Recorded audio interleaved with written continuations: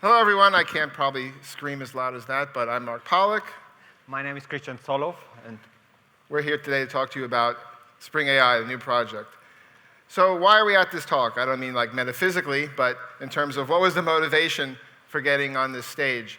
And really comes down to this, in my mind, ChatGPT. When this came out November 2023, it really revolutionized, I think, the technology landscape. Hundreds of millions of people across the globe signed up for access and were completely wowed by being able to interact with a somewhat intelligent counterpart where you could ask questions, get great responses from it. And beforehand, before this technology existed, it was more like this, the pre-ChatGPT experience that we saw a little bit in the keynote. I had always tried to stay abreast of the technology. I started and didn't complete many Udemy online courses because I kind of got to the part where you were doing the training and all this kind of boring stuff, at least from my perspective, and I just simply lost interest. I was like, oh, that's a walled garden.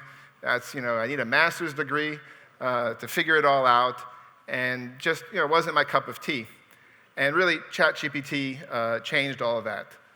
And part of the reason, or one of the first things that really convinced me that this was like really real, like the aha moment, was I started to explore code generation. This is one of the things that I was touted to be able to do. And I said, all right, let's try it. I was impressed already that I had an easy API. And there was a project called Spring CLI, which is out there and probably needs more of my love than it's getting. But I had a command. Think of this as create React app. You can say Spring Boot new and get a new app. That's cool. But I said, I'm really tired of going around the internet. When I want to create new code for a project, I have to find a sample, and I have to cut, and I have to paste. And it's like, can't there be a better way? Can we just use AI to generate a sample app? And you would just type in, give me JPA functionality with an integration test, put the code in the same package. And you can keep adding to this description and iterating. And what I wrote generated a README file, which I'll just show right now briefly. And you can see I did this June 6th last year. And it generated this great README file. Here's a person class here. There's the repository, a person service, a controller, an integration test, a bunch of config, and a bunch of nice links to where it went. To find out more information. So with that itch scratched, that's really where the Spring AI project was born. And what makes this wave sort of different from the Formula One coming with a container ship unloading a boatload of computers? And this is where Christian will better explain. He's more deeply versed in the history of this than I am. I've been I'm interested in. Thanks. Go ahead. Thanks, Mark. I've been interested in this subject for a while, and if you have done any machine learning integration in the past, you would be aware that in order to interact with the existing pre-trained model, always you have to have these very specific adapters that convert your domain logic in Java into this very intricate, low-level matrix input and outputs, and then do it on the way back. And it's very hard to generalize these things to make it customizable for different use cases, while with the ChatGPT and the generative AI in general, the interface for getting in and getting out data was significantly simplified, human language, that's everything. In turn, this made possible to build very easily accessible APIs on top of it. It's very trivial to interact with this type of models. And nevertheless, there is no need of training. So if you have done any previous attempt to use standard machine learning models, you would realize that they cannot do anything beyond what they've been trained. They have certain categorizations. They don't know the unknown. While with the generative API, you can just pass an instructions and make them generate new original content. So you don't need to retrain them in order to use them for completely new domains and stuff. And the conclusion of this is that you really don't need to be a data scientist to start using generative AIs with all these new advantages. But more interesting point is how the data scientist would look on this stuff as well. So part of my education, and I would recommend this to everyone, of learning about AI is podcasts. There are a lot of great podcasts out there, and it's really good because they're long form. You can listen to them casually. And they get into the weeds of it, and I found them very useful. In particular, there's one that I like a lot called the Practical AI Podcast from Daniel Whiteneck. He's a very seasoned data scientist. He has his own company, conference speaker. He knows what he's talking about. And it's very interesting. They're shifting, meaning people who have been in this field for years, are shifting what they do, right? They're also now realizing that they don't need to train models from scratch in order to solve a customer's problems. So they can just say, oh, I don't need to do any training anymore. And what's interesting is now they're shifting what their tool set needs to be more of a general purpose software engineering or data engineering role. And as much as we say, the people who have been developing this technology, the guts of it, they're not really enterprise software developers, right? So in some sense, everyone in this room kind of has a leg up. We know how to structure code, right? Everyone saw the keynote with modular, right? We know how great architecture should be made. This is not like the domain of Python programmers. So let's go through some of the capabilities, and then we'll talk some of the limitations of these models. So you want to do this one? Go ahead. I'll do it. So some of the capabilities, like we mentioned, there's a large general knowledge base because it's trained on the internet. All of Wikipedia has been slurped up, all of Reddit, you name it, it's in there. Kind of creepy, but if you give it exams, like law exams, medical exams, all the exams you've probably taken through high school and college, it basically aces them all. It's kind of been progressing from going from like a C grade to an A grade over the past couple of years, but that learning curve is quite amazing. The ability, it's in the name, generative, to create new original content. So a great example with now these models have very large context windows. Again, one of these podcasts said, what could we do with that? And so they input all the scripts to Seinfeld, one giant prompt, said, make me a new script. And then they read this. It was really funny. It was really good. Shocking, and I know there's all sorts of legal implications around that. I think you guys in Europe are way ahead of us in America. But it can really do that very well. We spoke about language being the main input and output, but accompanying that can be media. This could be images, these could be video, could be audio. You can go from text to audio, audio to text, text to video, video to text. It's shocking. Summarization, kind of another key area. You present it with a large legal document and say, what does this mean to a human being? It summarizes it, gives it to you in a very nice, digestible form, a great capability.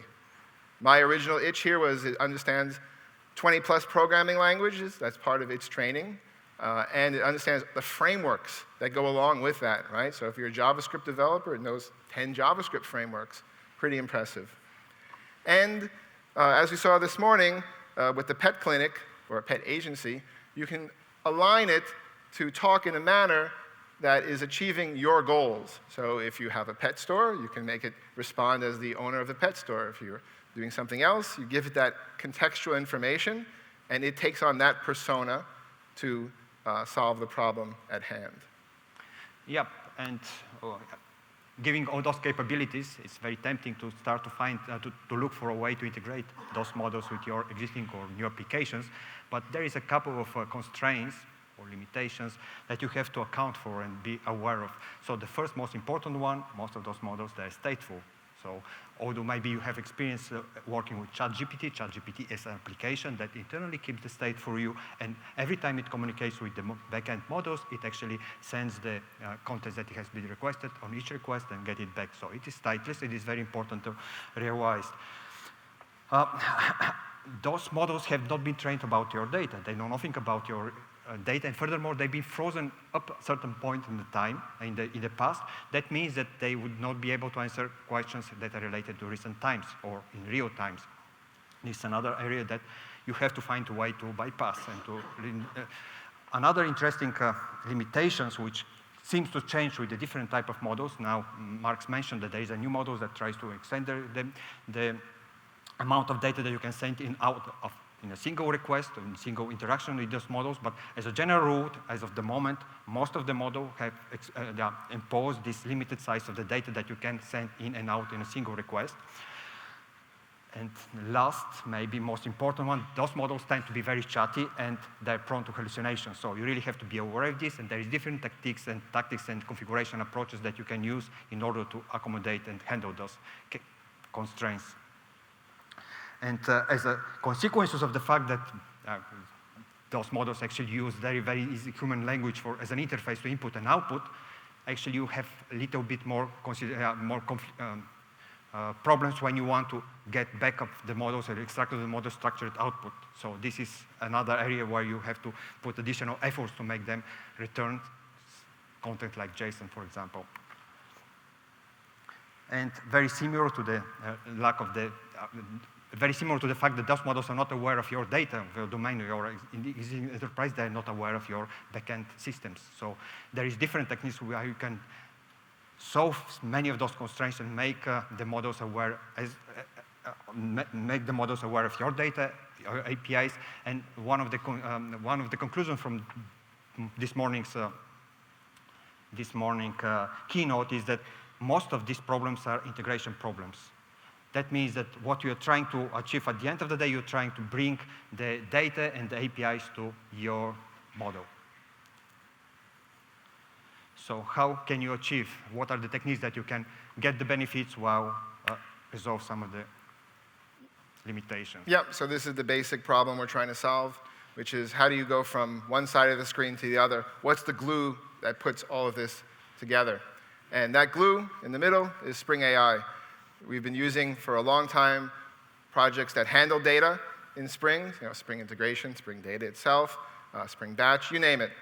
All the cloud products, you can get stuff from blob storage, projects, I mean. And then you have essentially some new elements that are unique to this domain, and we provide portable service abstractions for these. So vector stores, they're a specialized database, very good for the problem at hand with AI. They can be used independently, but we just focus on their use inside the AI domain. So you have to get your data first into this format to overcome some of the limitations. And then you have to talk to the models.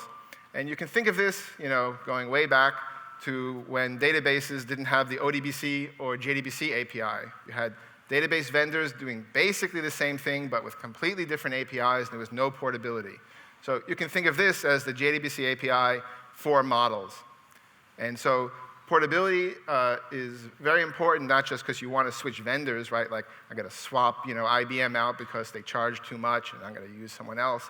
Here, there's a lot of competition into who has better models. There are leaderboards, and they're constantly changing. And you might, in fact, use 2 or 3 models within one application for different purposes. So there's a lot more use case-driven reasons to have an application that pulls, sends data back and forth between all these different models. So the portability isn't just like this safety feature in case of danger, break glass. It's actually something you'll probably end up using on a serious project in order to get the best of whatever world you're trying to do. Like maybe this is a better image model, and this is a better function calling model, and that's a better video model. They're all kind of merging into one giant Borg, but at the moment you still have to pick and choose. So this is the API that we introduced in the keynote, and essentially, we're trying to copy and make it familiar for Spring developers to get started. So if you've used, a show of hands, how many people have used the REST client that was introduced? You see, now you're already ready to do AI, right? So we have a builder. Builder takes this portable abstraction chat model. That's something that gets injected through auto-configuration.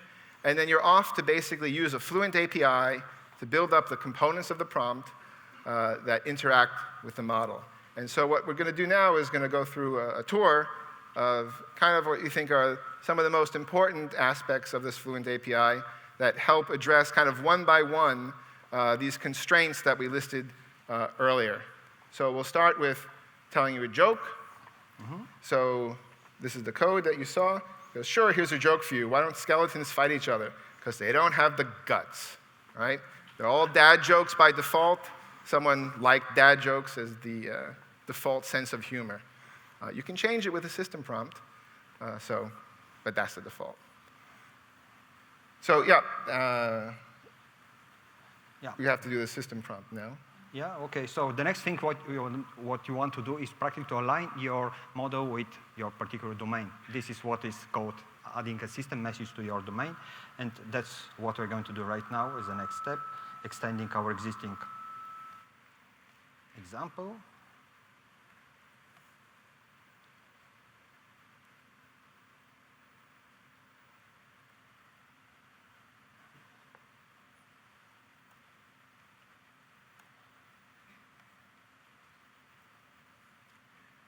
As you can see, the code is almost the same. What we have added in additional is this default system message, which grounds or personalizes our model for our particular needs. And as you can see now, we are asking this model to be able to answer, to behave like a friendly assistant and answer questions with particular voice or particular personality.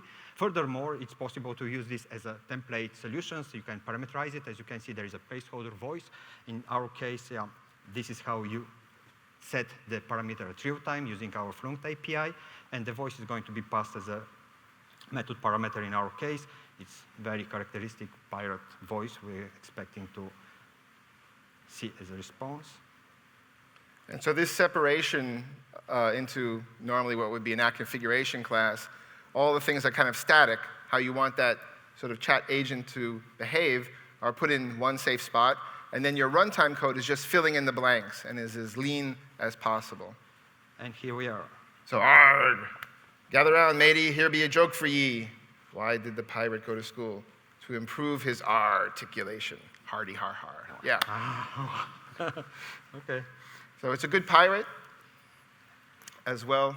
And as you mentioned earlier, one of the constraints is that it's not trivial how you can get output, a structured output like JSON out of the model or out of these human responses, textual responses. So to accommodate this, Spring AI comes with solutions or internal tools called output converters.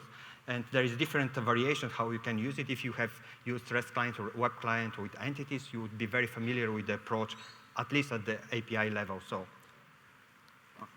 you can comment it at the area. So what we have right now? Yeah, so we have a record which contains an actor, and the actor has a list of films.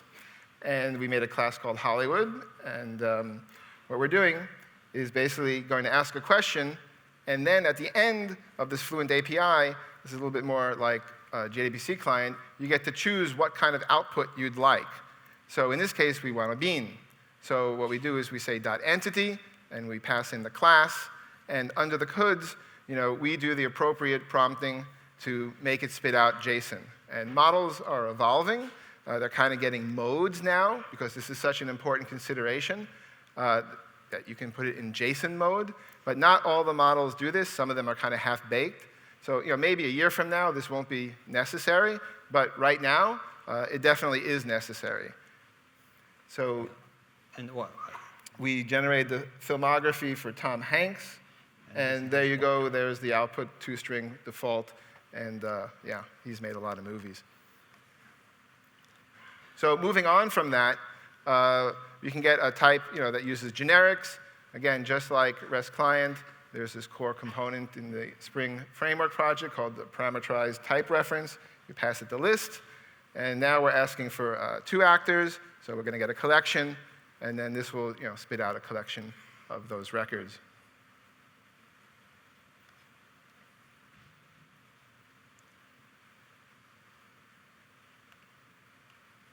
Always watching.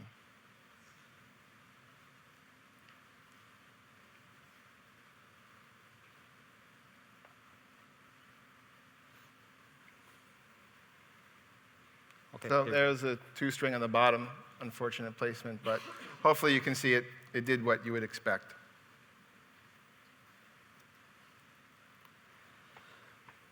So now also, we made a big deal about it not being trained on your data. So how do you bring your data to the model? The first technique is very simple. You can think of it as SQL injection, but for good. You literally take your data, and you use string concatenation, and you say, here's my data. Please reflect over this, right? And so this is called prompt stuffing. That's the term the podcasters use. I'm sure in Stanford University they don't use that term. But We'll show you now an example, and we had an engagement, like a what do they call it? Like a free engagement with a nonprofit company called Carina. They're in Washington State. They help match people who are healthcare workers, like home aides for the elderly, with people who need help. It's kind of like a matchmaking service, but it involves the government because you can get reimbursed for this from the government for the health insurance. And they have a FAQ, and they have all these other documents, and people kind of want like chat experience to understand, what do they need to do, how does it work, clicking on giant, big government documents, it's not easy, especially for the elderly. So what we did here is we went to the PDF document up there, and we cut and pasted in, what is Carina. So first what we'll do is we're going to ask the AI model, what is Carina? And we'll see, what it replies with. So that's, the simple prompt. There's no context here, right? This is just straight out. And, this company is not big enough to be considered, the common crawl, as they say, that train the AI model. So it's kind of a niche, small company. And so it gives, answers that aren't incorrect, but they're not really what we're asking for. So one of the common ones is apparently it's a constellation in the southern sky. But yeah, it's definitely not a home care agency that matches people together for a certain purpose. So we just cut and pasted the first paragraph from that FAQ, and we used the very powerful string concatenation operator there, you see.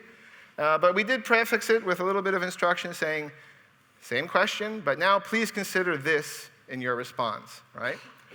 And everything kind of builds up on this basic augmentation, right? This basic addition of more and more information. So this pattern, repeats itself over and over again. So now when we run this, we'll get a more intelligent response. Hopefully. Yeah? Here we are. No, it's No, it's still going. Response, yeah. That's from the previous movie. Okay. Here we are. Yep, Carina is a technology nonprofit organization founded in 2016, online location-based care matching service, yada, yada, yada. So yeah, now it didn't tell us it's a constellation or something in biology. We've kind of like grounded it with our version of the truth, right? And everyone gets their own version of the truth, which is a problem. But one of the constraints is that these models can only ingest so much contextual data at once. So the underlying mechanism by how these are measured is something called tokens. Tokens are kind of like words. They're a little bit smaller. It really gets into the guts of how it works. But for the sake of simplicity, let's just say it's a word. And here's a snippet from GPT-3.5, OpenAI. And you can imagine a PDF document having more than 4,000 words or more than 16,000 words. This is kind of like back in the days of getting your Sinclair with 16K and having to figure out how to make a great game out of that, limited memory. So the technique that is used is something called retrieval augmented generation. And as an example shown in this slide is, imagine all the Wikipedia articles for 2022 Winter Olympics. The model at the time, GPT-3.5, was only trained up to the end of 2021 in terms of its common crawl and common knowledge. So I had no idea what that was, right?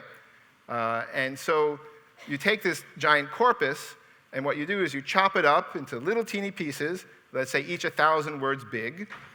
And now what you do is use this technology called vector databases, and you create what's called embeddings. Embeddings are really this n-dimensional representation of your data.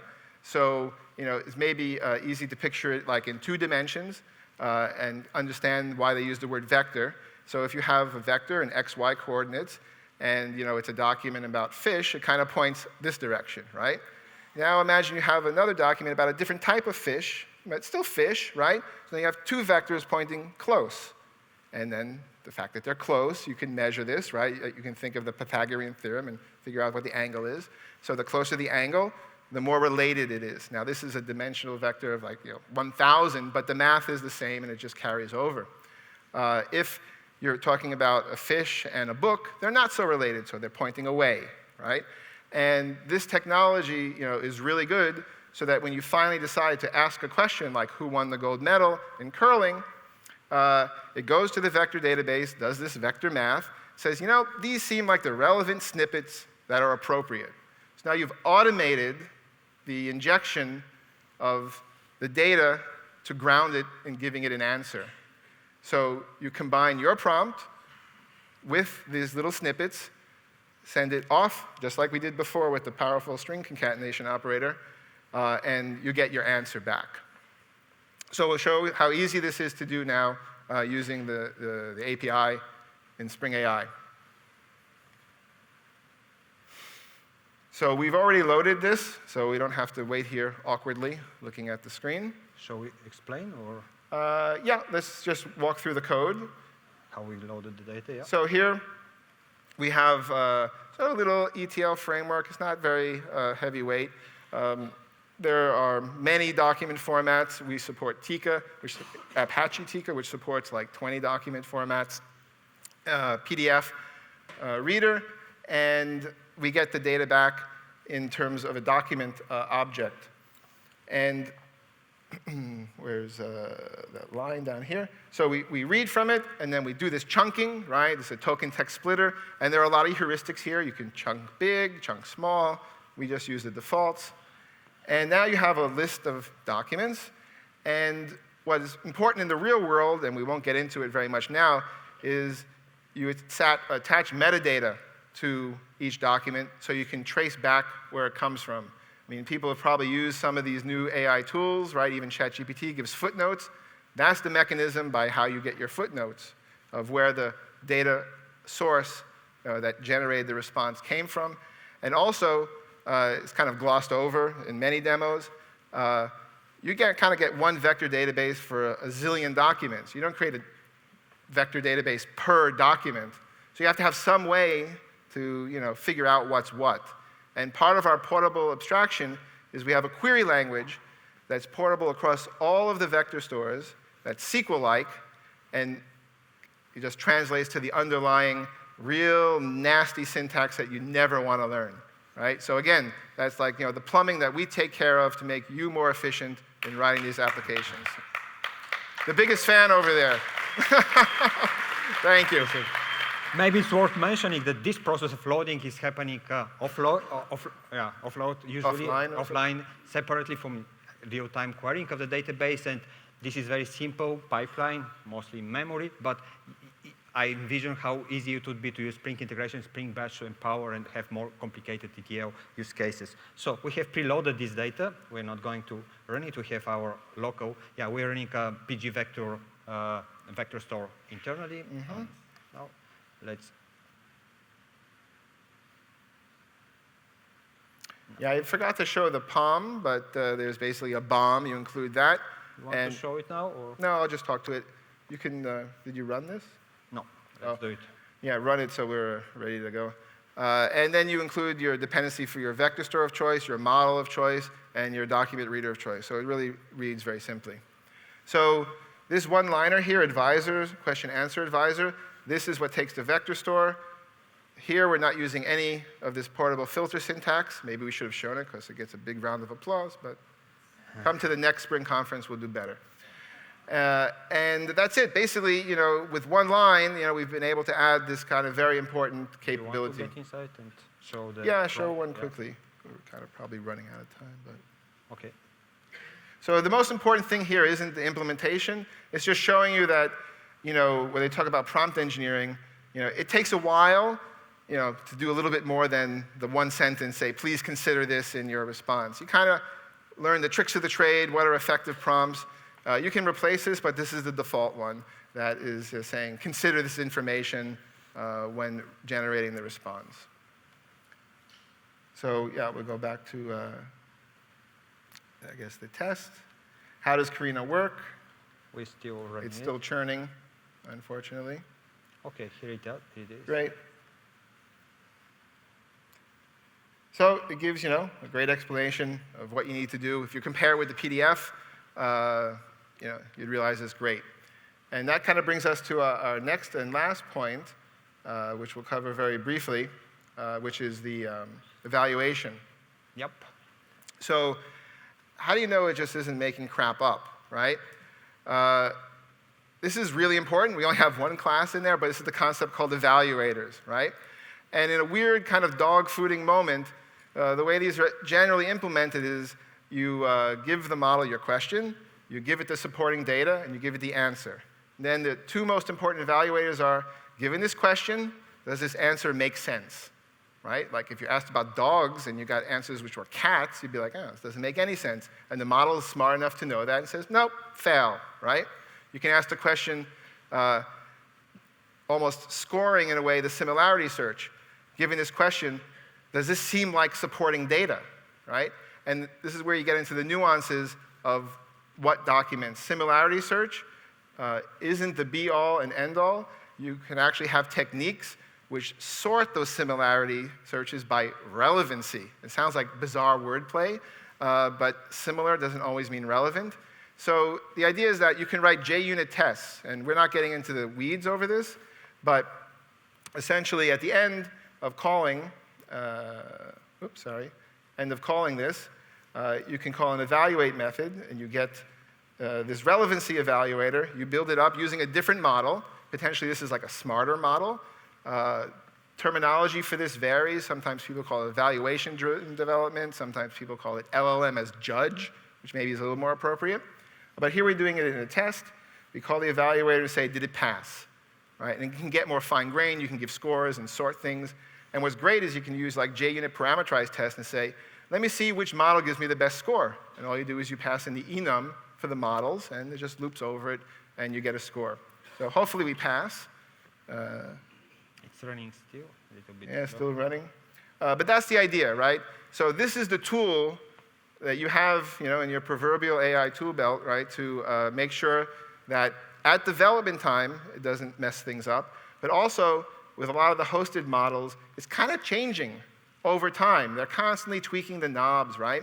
So at runtime, part of an AI ops type solution is kind of have to collect every question and every response and then kind of make a curve of your score and seeing, is it getting worse? Is it getting better? Maybe people are asking different types of questions that you didn't anticipate in your original development.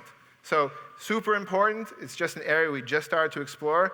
As we do M2 and go to release in GA, this is one area we'll be focusing on because it really gives you a handle, a number to understand.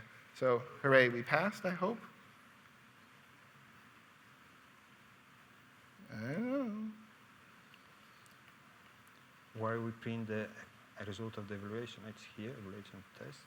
It looks like it didn't run. Is it uncommented?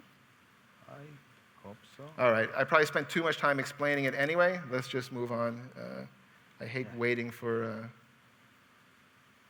yeah, it's not in there.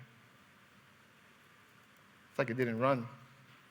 Oh, there it is, true, hooray, in the sea of code. I think we need a little better window for output. We're moving into the direction, yeah. All right, so going back to the slides.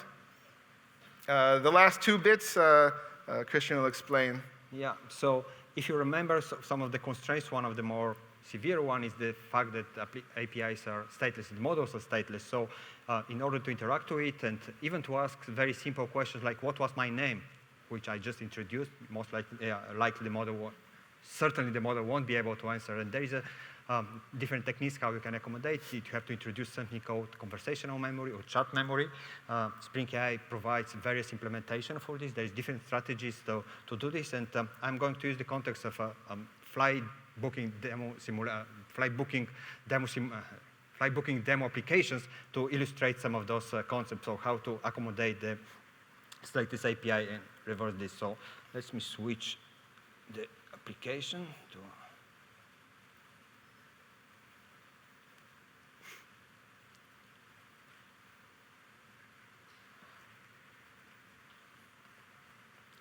Practically, this is emulation of a flight booking business where you have certain customers that book the flights, and you can see that this application has backend APIs that allows you to cancel, to check the status of your flights, or even modify those. So this is the mock-up implementation of those services. And of course, there is some sort of persistent state database, which is mocked up by in-memory, randomly generated data entries here. This is for the sake of these applications. And here, the backend APIs, which looks like a little bit slow. Cancel booking, change booking, and get book details applications. Let me start. We're going to use the Spring AI to build smart agents or assistants that would help us and help the end customers use our booking services online and support them. So the first thing we should do, as we saw earlier, is to personalize the purpose of these applications and provide some system instructions. As you can see here, we are teaching the application, the agents, to behave as agent for the airline agency named Funny Air.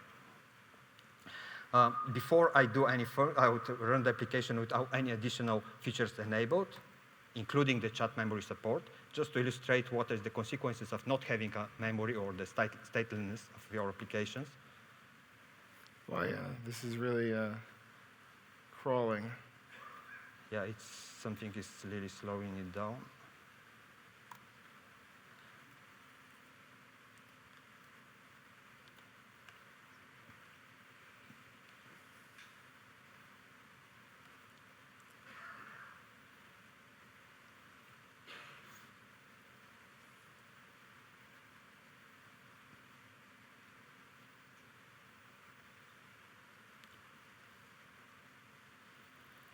I'm sorry for us. So another bit of information this application would provide. This is the term of services that this airline company offers. So this is the typical rules for, cancellations or changing your flights. It's very typical type of information that you'd expect of this type of business. So we would like to integrate this information with our model and as well make our model aware of the backend services that we can use, for example, change flights or get information about the status of your flight or cancel your flight as it is. But first thing first, we have to compile it, and it takes ages. Sure what's... I think these are the downsides of running a corporate computer with antivirus on it. Maybe.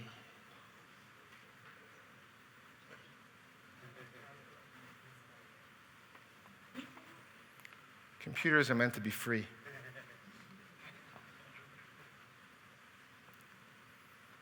So, boy, oh boy. It just takes ages to build. Oof. That's a progress bar I never noticed. Found one error.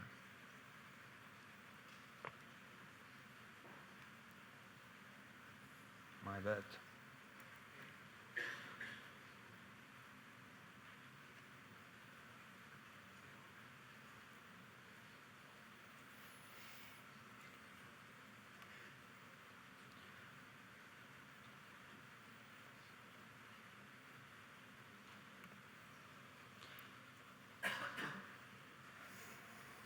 My intention was to gradually enable some of the features one by one and illustrate what is the consequences of enabling and providing those features to the applications, but I think I will just run it twice. Hopefully, the first time just showing the limitations with all the constraints available, present, and then the second time I would enable everything and try to demonstrate how it looks once you have all features in place. Again, assuming that I will be able to run this application.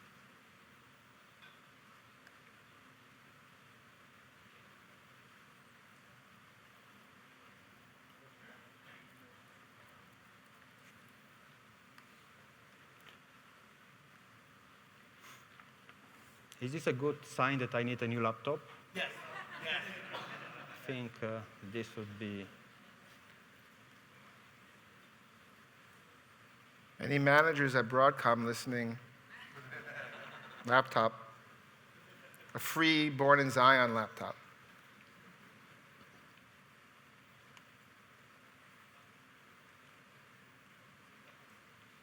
Can you kill the process or no? If it is in fact running? Yeah, I can try to do this thing out over.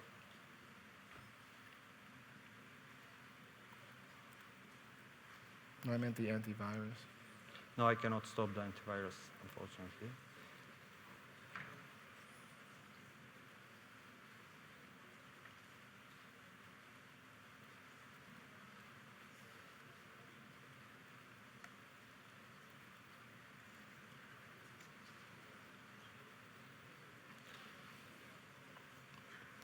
Are you starting the VS Code again? Yeah.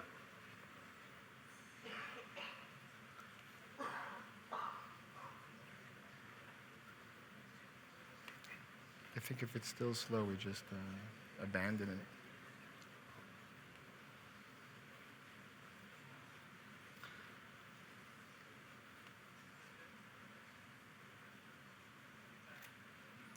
Why don't we just talk to it and just focus on... Explaining what's going on, yeah. Yeah. That's what I'm about to do. So apparently we have the equivalent of Emacs, so, or VI. We'll just walk through, kind of what's happening and trust us.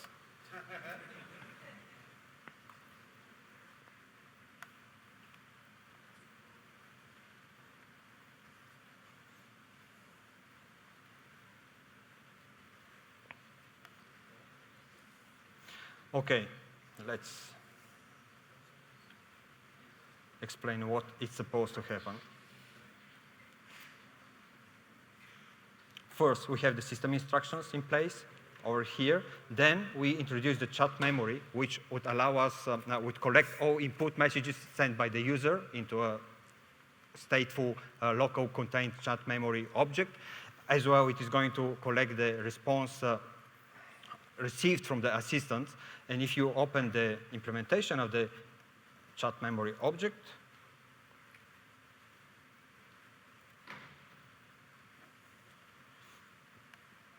even this is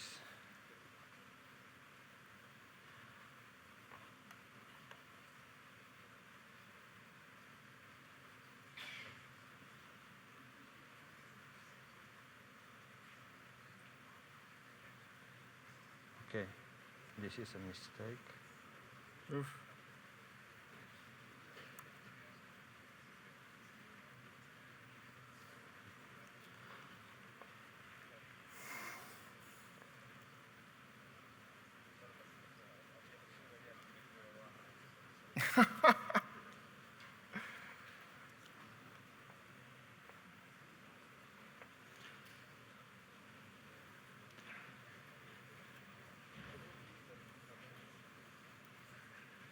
Then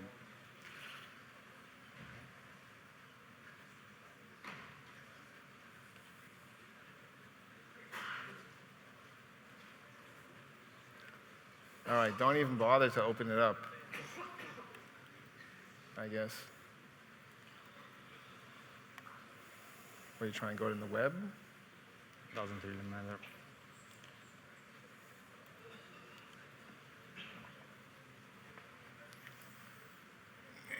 My apologies, I really don't know what's going on at the moment, yeah. So let's just talk through it. I'm trying even... Yeah, no, but not even this. Imagine a text editor that works. So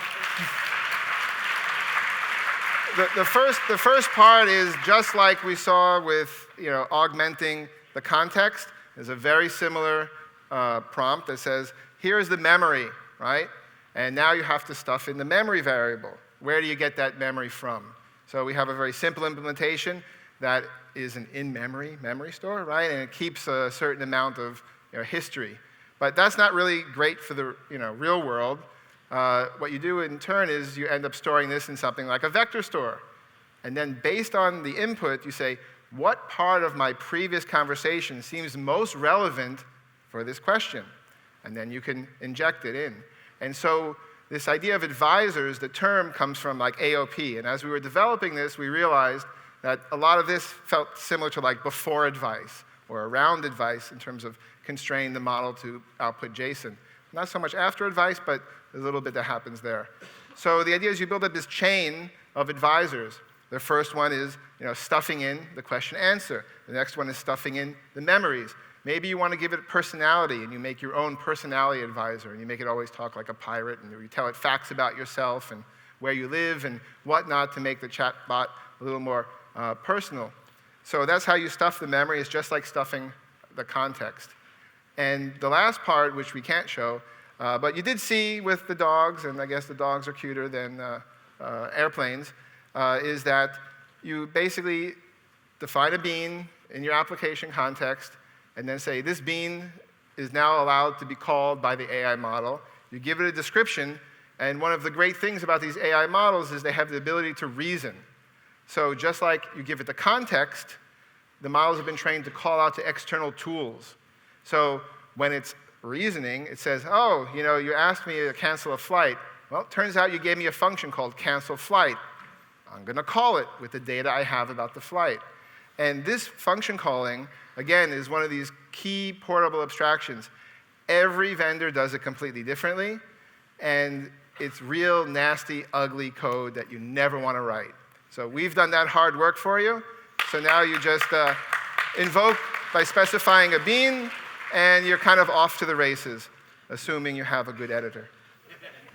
So the definition of bean underneath. So hopefully that painted a picture, right? Best I could. Given the circumstances. Yeah. If you remember the backend services, this is how you define the beans around those services. Practically, this is plain functions that have inputs and output, and they go to the backend service. You're in full control of how the flow goes. It's important to understand that the model or the chat model does not call directly your backend services. It just sends back very smart messages asking you to do this, retrieve this information on behalf of the model. So in fact, it actually sends you a request that you can convert into calling this function. In this way, you call the backend functions, get the results, and provide the response back to the model. Yeah, we have 3 minutes, so we can wrap up. And this is how you register the functions with these beans with your clients in order to make the model aware that you actually provide these functions for being called. Yeah, so I think this slide right here, or that slide, really gives the essence, right? In one line, you're adding memory. The next line, you're adding RAG. And then, of course, in AOP, you always have logging. That's the hello world. So, yeah, we're going to see how far we can take this.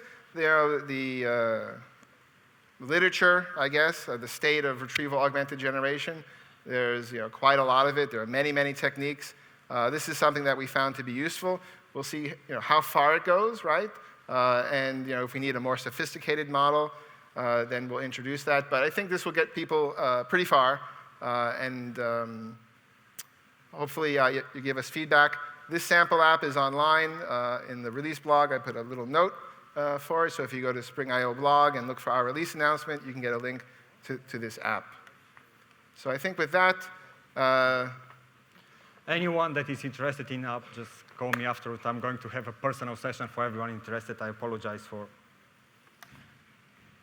I think that's a good way to end, right? Okay, take care.